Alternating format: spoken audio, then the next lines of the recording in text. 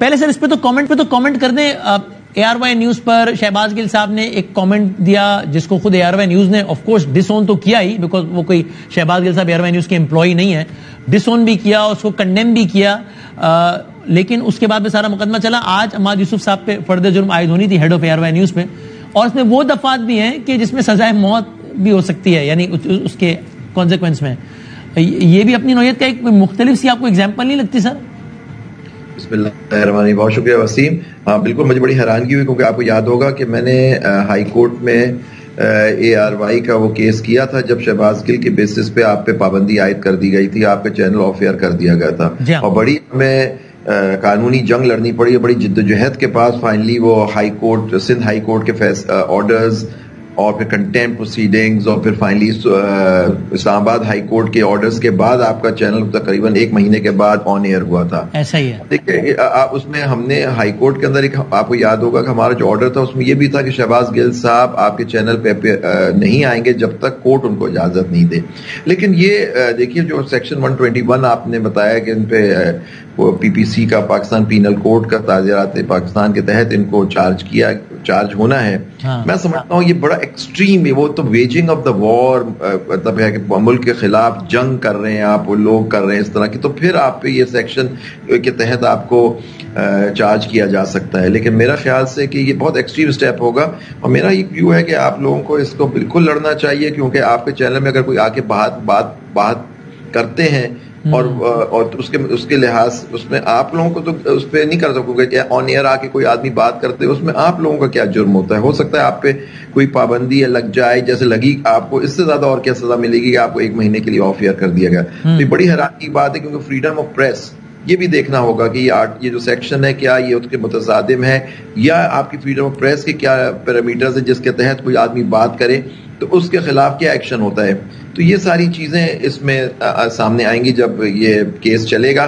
اور میں یوں ہے کہ آپ کے وکلا کو چاہیے کہ اس کو بہت بالکل کوشش کریں کہ یہ چارج ہی یہ ڈسمس ہو جائے, مطلب ایٹ دا پریلیمنری اسٹیج. انشاءاللہ لیٹس سی. اب ظاہر قانونی جنگ جاری ہے. سر اب اس میں یہ بتائیے کہ اب آگے یہ بڑھتے ہوئے قومی اسمبلی سے استعفوں کی منظوری, یہ بڑا ایک معمہ ہے نا سر, بڑا اسٹریٹ سوال ہے, ذرا سمجھا دیجئے. اس کے لیے اسپیکر نیشنل اسمبلی اگر یہ کہتے ہیں کہ بھائی میں مطمئن ہوں, میں اسپیکر ہوں, آپ ایم این اے ہیں, تو میں کہہ دوں کہ میں وسیم بادامی اسپیکر قومی اسمبلی مطمئن ہوں کہ عابد زبیری صاحب ریزائن دینا چاہتے ہیں تو میں نے منظور کیا, تو یہ ہے میرا استحقاق, یا میں پابند ہوں کہ نہیں عابد زبیری صاحب کو بلاؤں, ان سے پرائیویٹلی پوچھوں کہ بھائی آپ پہ کوئی بوجھ تو نہیں ہے, کوئی دباؤ تو نہیں ہے, کیا ہے؟ اسپیکر کے اپنے قول و فعل میں تضاد ہے, وہ تو الگ, وہ تو پولیٹیکل اینگل ہے نا, میں آپ سے وہ نہیں پوچھ رہا, میں آپ سے لیگل پوزیشن پوچھ رہا ہوں. دیکھیے وسیم, آپ نے بڑا اچھا سوال کیا. دیکھیے اس میں آرٹیکل 64 ہے آئین کا, جو اس میں کرتا ہے کہ ایک شخص جو ایم این اے ہو وہ یا سینیٹر وہ اپنا ریزگنیشن لکھ کے اسپیکر کو دیتا ہے, اسپیکر اسے قبول کرے گا اور ان کی سیٹ ویکنٹ ہو جائے گی. لیکن اس کے ساتھ رولز ہیں, ان کے rules of procedure of the National Assembly, جس کا رول 43 ہے 43, جس کے اندر لکھا ہوا ہے کہ وہ اسپیکر کا استحقاق ہے, مطلب یہ ہے وہ ان کو بلائے, ان سے پوچھ سکتا ہے ممبر سے کیا کہ آپ کو والنٹری یہ ریزگنیشن ہے یا آپ نے کسی دباؤ کے تحت کیا. تو یہ سارے رولز بھی ہیں پروسیجر میں, تو اسپیکر کے پاس یہ اختیار سکتا ہے, پوچھنے کا پابند نہیں ہے,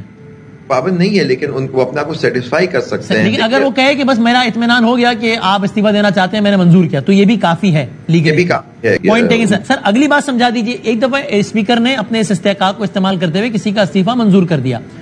اب الیکشن کمیشن آف پاکستان پابند ہے, اس کا کردار خالی ایک کلیریکل ہے, یعنی میں of course with all due respect کہہ رہا ہوں, ایک منسٹریل لفظ یوز ہوتا ہے. ہاں ٹھیک ہے, یہ بہتر, تھینک یو ویری مچ. تو یہ اس کا کردار یہی ہے, یا اس کے پاس یہ رائٹ ہے کہ اگر وہ سمجھے کہ اسپیکر نے ڈیو پروسیس فالو نہیں کیا تو وہ کہے کہ سر میں نوٹیفائی نہیں کروں گا, آپ نے اسی طریقہ استعمال نہیں کیا, یعنی اس کو اجرا کرنا ہے نوٹیفیکیشن, اس کا یہی کام ہے. جو آئین اور رولز کے تحت یہ اسپیکر کے پاس پاور ہے, انہی کو ریزگنیشن بھیجا جاتا ہے, انہی کو اس پہ ہوتا ہے اختیار کر کے. اور دیکھیں کانسٹیٹیوشن کا آرٹیکل 64 بڑا کلیئر ہے کہ اگر اسپیکر نے, آپ اسپیکر کو لکھتے ہیں, وہ ان کے ممبر لکھے گا کہ جی میں استعفیٰ دینا چاہتا ہوں نیشنل اسمبلی سے, اسیومنگ نیشنل اسمبلی سے استعفیٰ دینا چاہتا ہوں, تو وہ اسپیکر کو دیں گے اور سیٹ ان کی ویکنٹ ہو جائے گی, اور اس کے بعد الیکشن ہوگا, بائی الیکشن. ایک رسمی کاروائی ہے اس میں, الیکشن کمیشن کا کردار صرف رسمی ہے اس میں.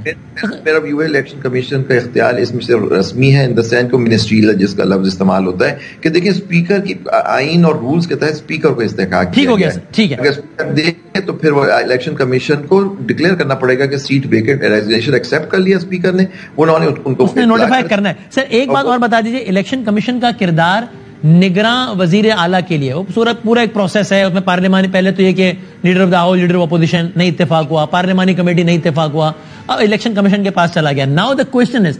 الیکشن کمیشن نے انہی 4 یا 6 ناموں میں سے کسی ایک بندے کو وزیر اعلیٰ نامزد کرنا ہے یا وہ کوئی نام اپنی طرف سے بھی ایڈ کر کے فائنل کر سکتا ہے؟ دیکھیے وسیم, دیکھیے یہ الیکشن کمیشن کی ثوابدید ہے وہ کسے کرتے ہیں, لیکن نیچرلی ضروری نہیں ہے کہ وہ انہی لوگوں کرے جس پہ اتفاق ہی نہیں ہو سکا. دیکھیں احسن طریقہ یہ ہوگا, میرا ویو ہے کہ احسن طریقہ یہ ہوگا اگر کسی نام پہ اتفاق نہیں ہو رہا تو الیکشن کمیشن کو چاہیے کہ وہ ایسا نام دے جس پہ جو پہلے ناموں میں سے نہیں ہو, جس پہ اتفاق نہیں ہو. اگر آپ نے ایک پارٹی کی طرف کا نام قبول کر لیا تو اس پہ دوسری کا میں سمجھتا ہوں کہ آئیڈیل سچویشن یہ ہوگی, لیکن strictly legally speaking election commission پابندی نہیں ہے کہ انہی ناموں میں سے کوئی ایک نام دے یا ان ناموں کے علاوہ ہی کوئی نام دے, یہ پابند نہیں ہے, دونوں اختیار اس کے پاس. ٹھیک کہہ رہا ہوں؟ بس میں ایک بات کرنا چاہتا ہوں, دیکھیں الیکشن کمیشن کا کام کیا ہے, دائرہ اختیار کیا ہے, ان کا بیسک جو ان کے آئین کے تحت ان کا کام ہے free fair and impartial transparent election کرانا. اگر آپ ایسے نام کو, اگر کوئی آپ نے ایسا نام چن لیا جو اسی لسٹ میں سے ہوگا تو یہ آپ کی free fair and transparent election کے اوپر شاید سوالات اٹھیں. بہتر طریقہ یہ ہوگا کہ وہ ایسے آدمی کو چنے جو ایک مطلب اس کا مقام ہو اس میں, اور جس میں ڈسپیوٹ نہ ہو. مطلب سر آخری سوال یہ بتائیں, آخری سوال کہ اگر الیکشن کمیشن نے ایک نیا نام دے دیا اس کے بعد کسی ایک پارٹی کو اس پر اعتراض ہے تو کیا الیکشن کمیشن کے اس فیصلے کے خلاف وہ پارٹی عدالت جا سکتی ہے کیا؟ دیکھیے میں سمجھتا ہوں کہ پارٹی کو, دیکھیں اختیار سب کے پاس ہوتا ہے, کیونکہ آرٹیکل 10A وغیرہ مختلف آرٹیکلز ڈیل کرتے ہیں کانسٹیٹیوشن کے, کہ دیکھیے ہو سکتا ہے کہ میں ایک پارٹی ہوں, میں کہتا ہوں کہ جی نام انہوں نے دیا جو دو کے کانسٹیٹیوشن میں آئین کے حساب سے وہ نام دے سکتے ہیں, لیکن اگر میں کوئی چیز دکھاتا ہوں جیسے انہوں نے ڈسکوالیفائڈ آدمی کو چناؤ کر لیا کیئر ٹیکر چیف منسٹر کے لیے, تو میں سمجھتا ہوں, اور یا کوئی اور ایشو ہے کہ امپارشل, دیکھیں موسٹ امپورٹنٹ چیز ہے کہ الیکشن کمیشن کام ہے free fair and transparent election. اگر وہ پارٹی آگے کورٹ میں کہہ سکتی ہے کہ جن شخص کا انہوں نے چناؤ کیا for the purposes of care taker chief minister وہ امپارشل الیکشن نہیں ہولڈ کر سکتے, ہو سکتا ہے کورٹ اس میں انٹروین کر کے دیکھیں.